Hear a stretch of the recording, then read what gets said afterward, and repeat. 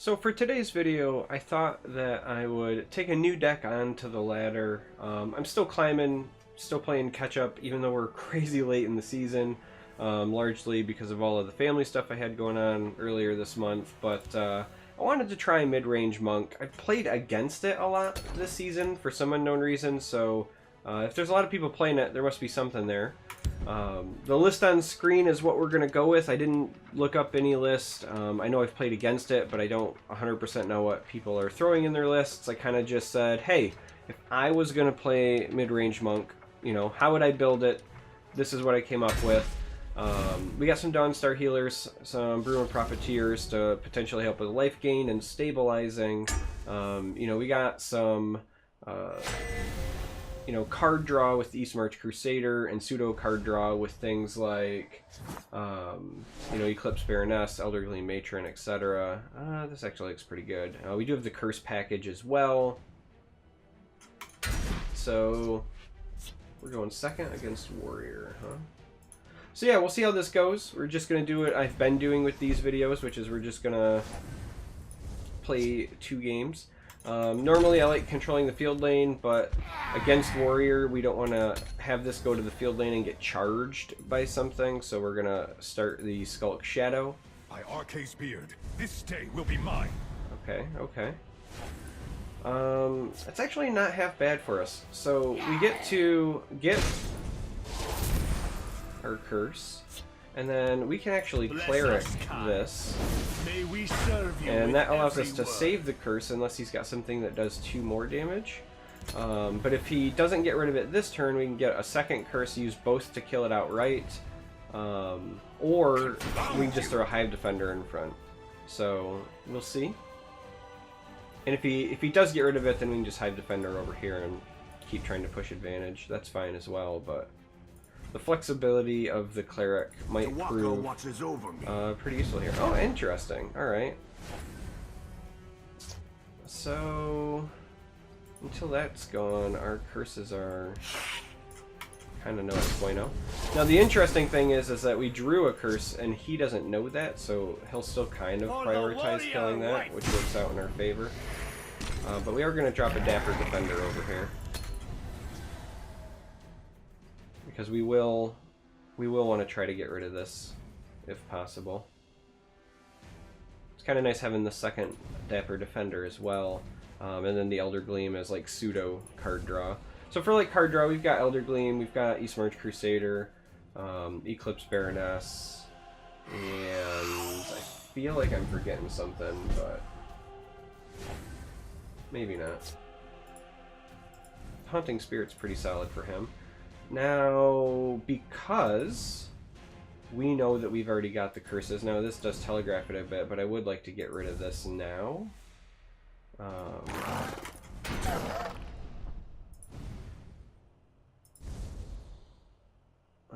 Interesting. Could also take this out and just use a curse here. Would cost us 2 magicka though, but then we could still play Elder Gleam.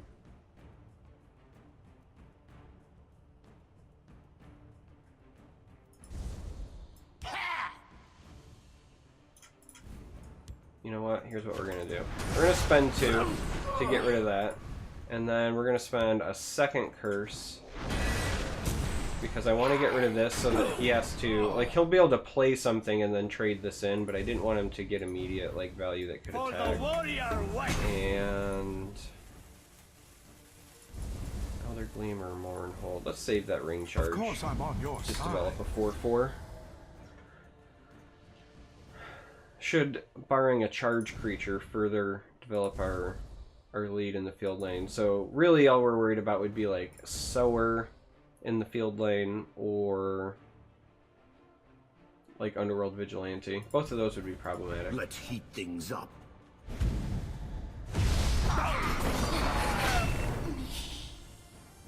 By Arcase Beard, this day will be mine. Alright, alright. Didn't see this coming, eh? Go ahead and put some pressure. Put some pressure over there. And how do we want to handle this now? go with a Hive Defender, and we might actually use this just to give this a little bit more health. Now that I know that he's running Skaven, I'm a little iffy on playing this without buffing itself, but getting this up higher means he would have to do more than 1 damage to blow through, which is pretty important. Bless us, So I think we're going to do that. May we serve you with every word. Playing it versus not playing it, Skaven was still going to kill something either way, but I'd rather have Skaven kill this than the Hive Defender if he has a second Skaven.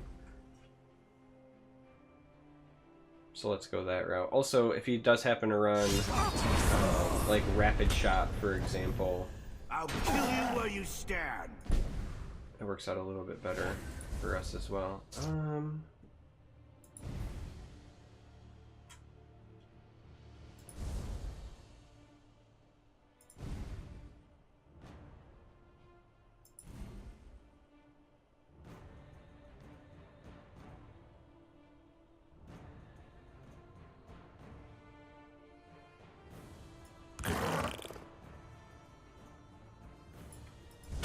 We're gonna go ahead and do this. For the warrior wife.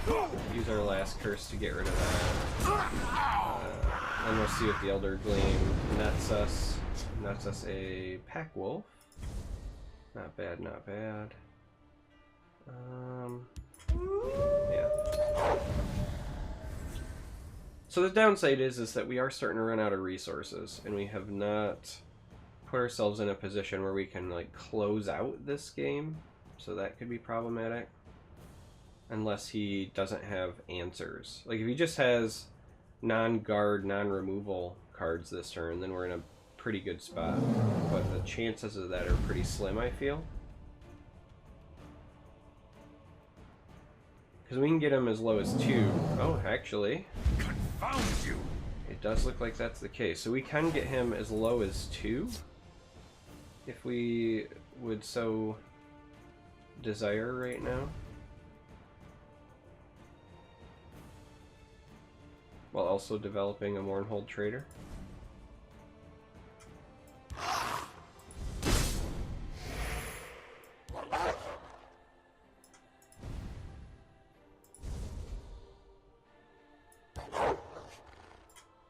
Yeah, let's do it like that.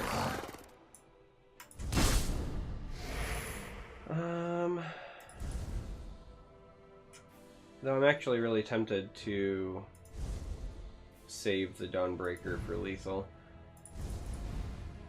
Because then we don't give him this last rune in that scenario as well. So let's just go ahead and do that and develop some more holds. Because he can trade with 2 over here, but he still needs to remove at least 1, and he also needs to have an answer for this.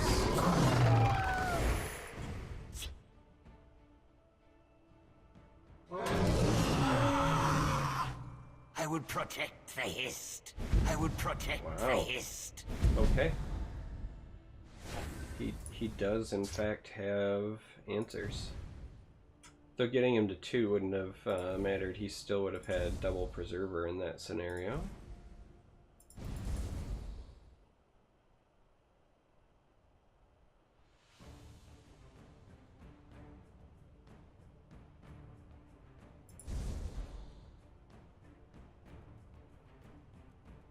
Which is an interesting spot to be in.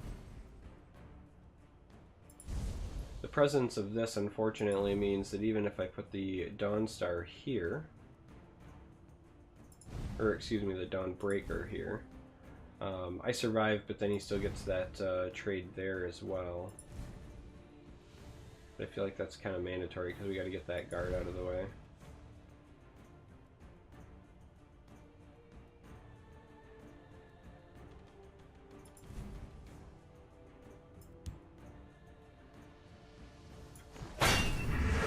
Didn't see this coming, eh? I've got you covered. Alright, we'll do it that way.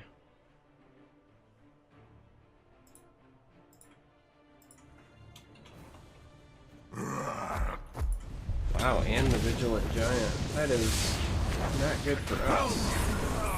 That actually might have sealed it for him. So the double preserver really put us behind, with us having no like leaf lurker effects or anything. We had no way to kind of push through it. But sometimes you can speak of the devil and get a hair lucky. Don't mess with me. Let's go ahead and at least get rid of that.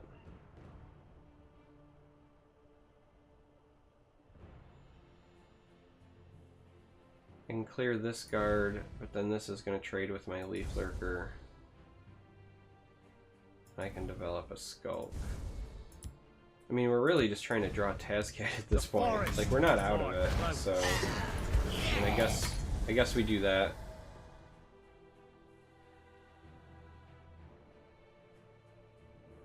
Even if he has Unstoppable Rage, it wouldn't be enough to outright kill me, but it would be pretty close right now. Would have been enough to kill me if we would have developed over here, which is why we did not. The sweeter the victory. He's gonna play a lot of dudes. Close ranks. Let nothing through. Quality play. He's gonna take this trade here. By Arce's beard, this day will be mine.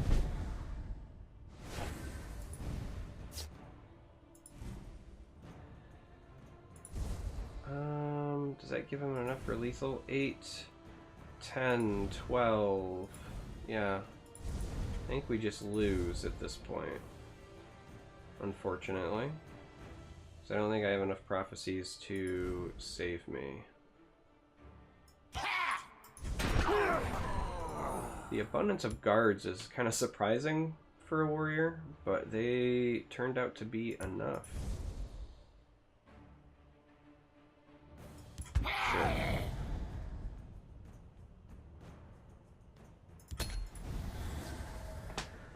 Sure. Sure. Yeah, Tazcad would have bailed us out. I think Cliff Racer a couple of turns back might have been enough to push us through just because of damage plus board presence. Leaf Lurker, if it was like a turn or two earlier, might have also helped us, but the double Preserver of the Root strategy was enough to get our opponent the victory this time.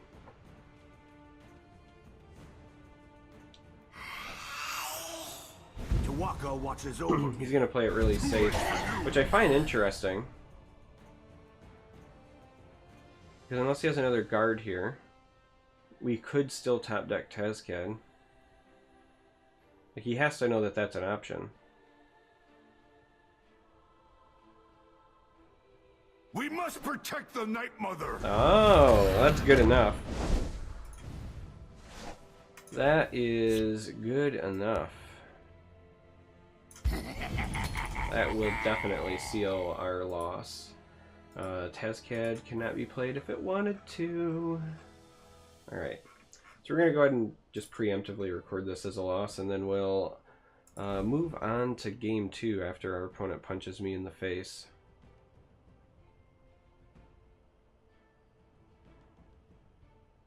Because he's got 13, 16, 26, 30 damage, right? A little distraction might prove useful. Like, even with me doing that, he still has enough for lethal.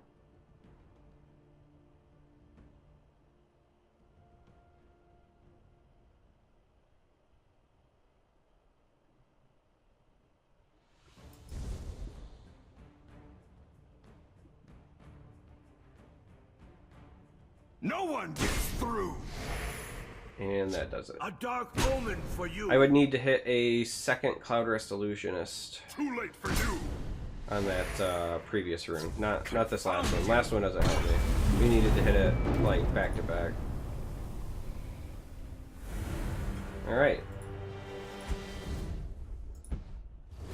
So we started off strong, but then we just unfortunately petered out against the wave of guards. So let's try it again. I don't think it's necessarily reflective of of our deck as much as it was the draw. We didn't find any of our card draw mechanics either, right? Like, we just kind of had... We had the perfect draw for petering out against guards, I guess is what I should say. No East Marches, no Eclipse Baroness, like I said, no Leaf Lurkers. It was a perfect storm of events, and hopefully we will showcase that to be the truth as we play game 2. This time it's going to be against Crusader. Now this... I'm actually tempted to keep that, but... I guess I'm going to keep it, whether I like it or not. This isn't a half bad starting hand, though. Would have been slightly better with the ring for us, obviously. Getting Skulk going sooner so that we could hopefully get us to 2 or 3 curses. Having the Dawn Star to fight for health. Wait! It's pretty important. Interesting. So this is going to be the token variety and not the like aggressive variety. Which is a bummer because he is going to be able to shut down my Goblin Skulk and play a Pit Lion here, regardless of where I put this. Wait! Did you hear that? It was like a damned if we do and damned if we don't moment. We stand united. Okay. And then what? Both of the guards, I would imagine? Just I'll one. take them with me. Interesting.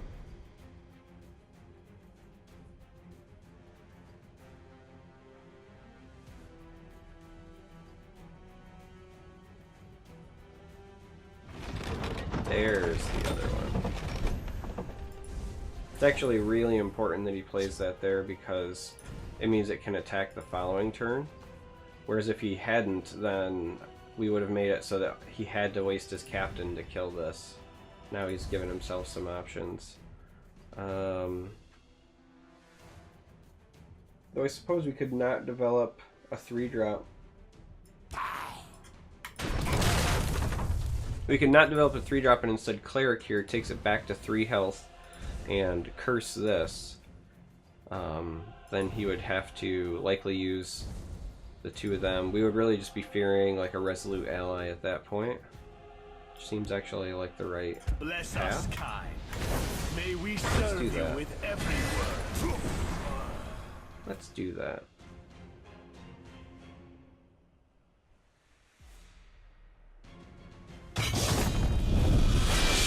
Alright, so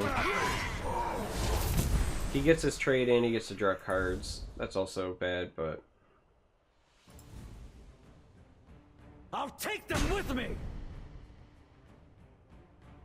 that's something I can potentially live with. Let's go ahead and get this off the board Just give me a name. and develop that. We can saturate with these 2 the next turn unless we draw something particularly spicy.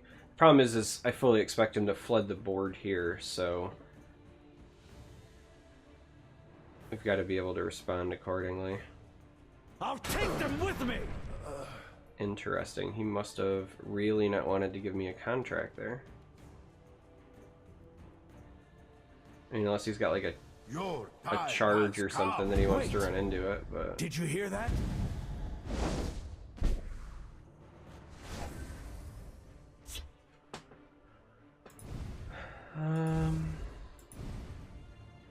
Yeah, I mean, I don't think our plans have changed, even with the Hive Defender there. I think...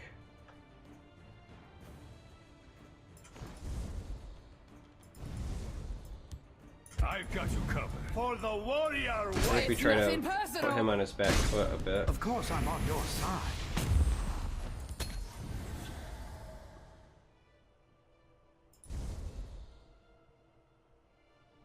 Because at this point, with me gaining the health, it makes it that much harder for him to trigger the Executioner. I mean, yeah, Breaking the Rune gives him cards, but he's Crusader. Like, he's gonna have cards. I'm not sure that that is something that we fear in this matchup, as evident by that.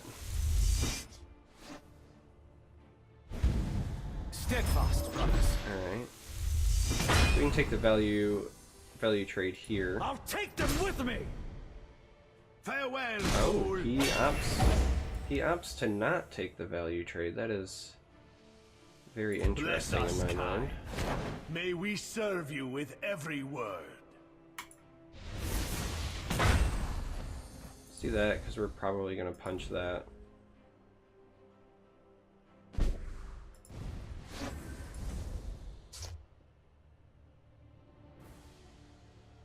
Didn't see this coming, eh? For the warrior wife. It's nothing personal. So now it's just a question of what else do we want to play? Do I want to play a second Dawnstar to gain even more health here, or Defender? I feel like it's Hive Defender, right? So if that's the case, we take the value trade. For the warrior wife. We gain 3 health, and we drop a Dapper Defender.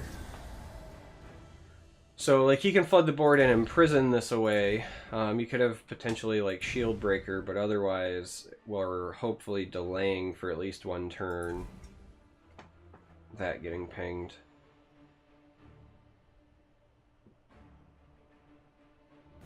We're just going to keep trying to press our board advantage as best we can.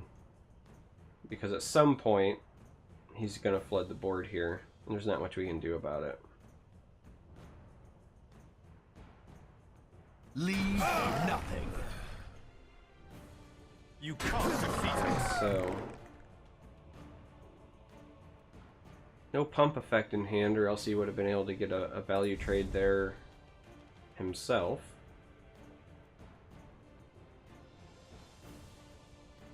There's a plan. There's always a plan. Training is over. It's time to act. Alright, so we prioritized gaining 1 health over the damage. Good to know. It's probably the right call as well.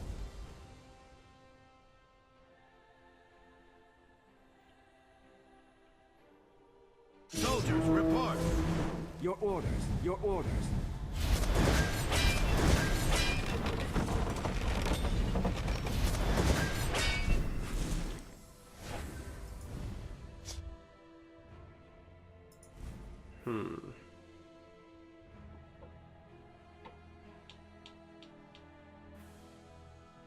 I mean, I kind of want to play this, but I also kind of wanted to play this to get this trade here.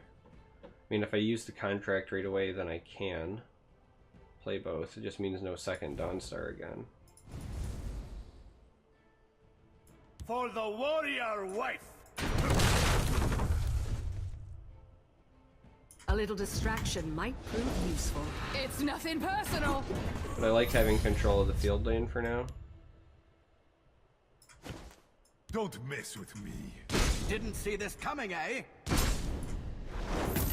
Alright, let's get that Dapper Defender out again. It's a very tight race. I think the thing I fear the most at this point would be like I'm in fear of Imperial reinforcements in the field lane, followed by like Divine Fervor. Like the following turn. That would be pretty rough. Steadfast, brothers. This is already pretty bad. If he trades the Bruma, he can save his 5th Legion trainer. Oh, there's my worst nightmare. I guess I shouldn't speak up. So the reason that's a problem is that is effectively going to let him retake the field lane while also gaining him a lot of health. Like, he just gained 5 health, retook control of the field lane, retook control of this lane, and has more cards in hand. I'm not sure that without like a good draw we can come back from that You can't defeat me. with any sort of effectiveness. I'm kind of surprised he traded it in that fashion.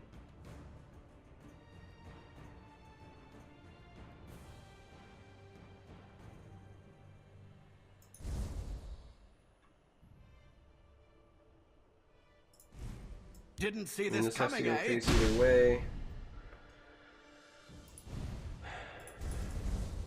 Am I just value trading here?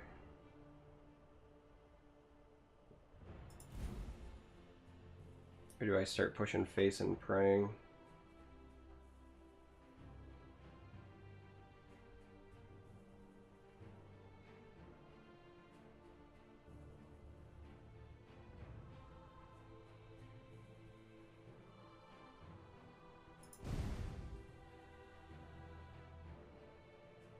And there's basically not much I can do about over here, but I could, in theory, take out 3 of these, making the 4th one kill this, but then I could have a shear point over here. That might help me to reassert field lane again. Because over here, I'm going to lose this one way or the other. The problem though is in doing that, I also let this stay on the board, and that feels like a mistake. Behold my power. It's nothing personal. We'll be happier with that. Let's do it that way. It's not looking good. I probably shouldn't have even value traded there. My only concern was I wanted to take at least one off because if he does have a Fervor or a 3rd ally, then he could, like, 1-for-1 my Illusionist.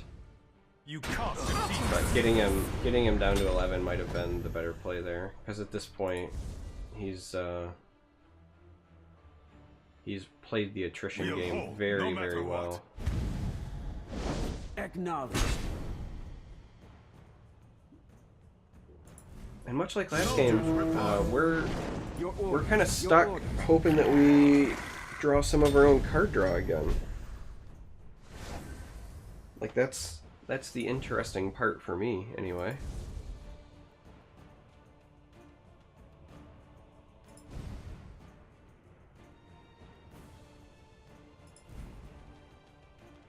I mean, we can get rid of this outright.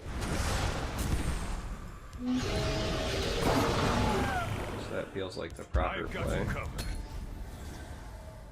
But yeah, we're yet another game in where the card draw mechanics that I've put into the deck are not showing their face. So perhaps it's not enough. Maybe I'm just spoiled. After you play Crusader enough, wow, Andy runs the Highwayman, GG. After you play Crusader enough, you're just used to always drawing cards and like never running out of resources.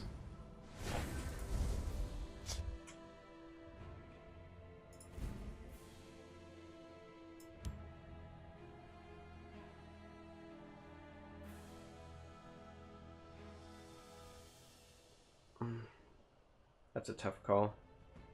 I really need to get rid of that Highwayman though. Let's go then. My time is precious.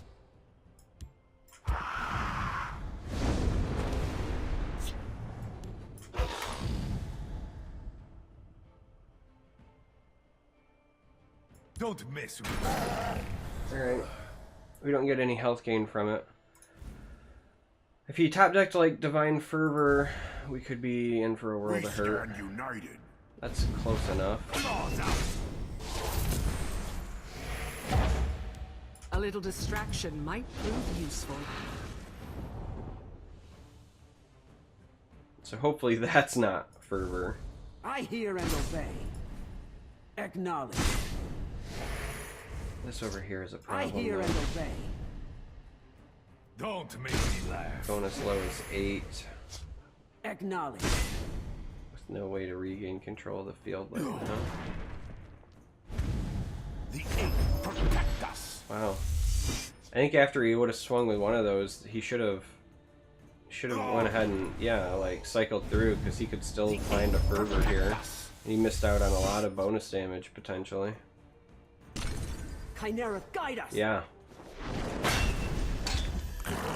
Yeah, we dodged a bullet there for sure. Problem is I don't think we have enough to win though, either way. Like even if we take this in here, we've only got 11. We'd have to come up with 4 more damage, which would mean we would need a Cliff Racer. Either off of an Elder Gleam or off of our Baroness. I mean, Baroness is probably the right way to go, because there's a chance we could draw our 3rd Dawnstar Healer. So we have 4 cards out of 31 that would potentially help us.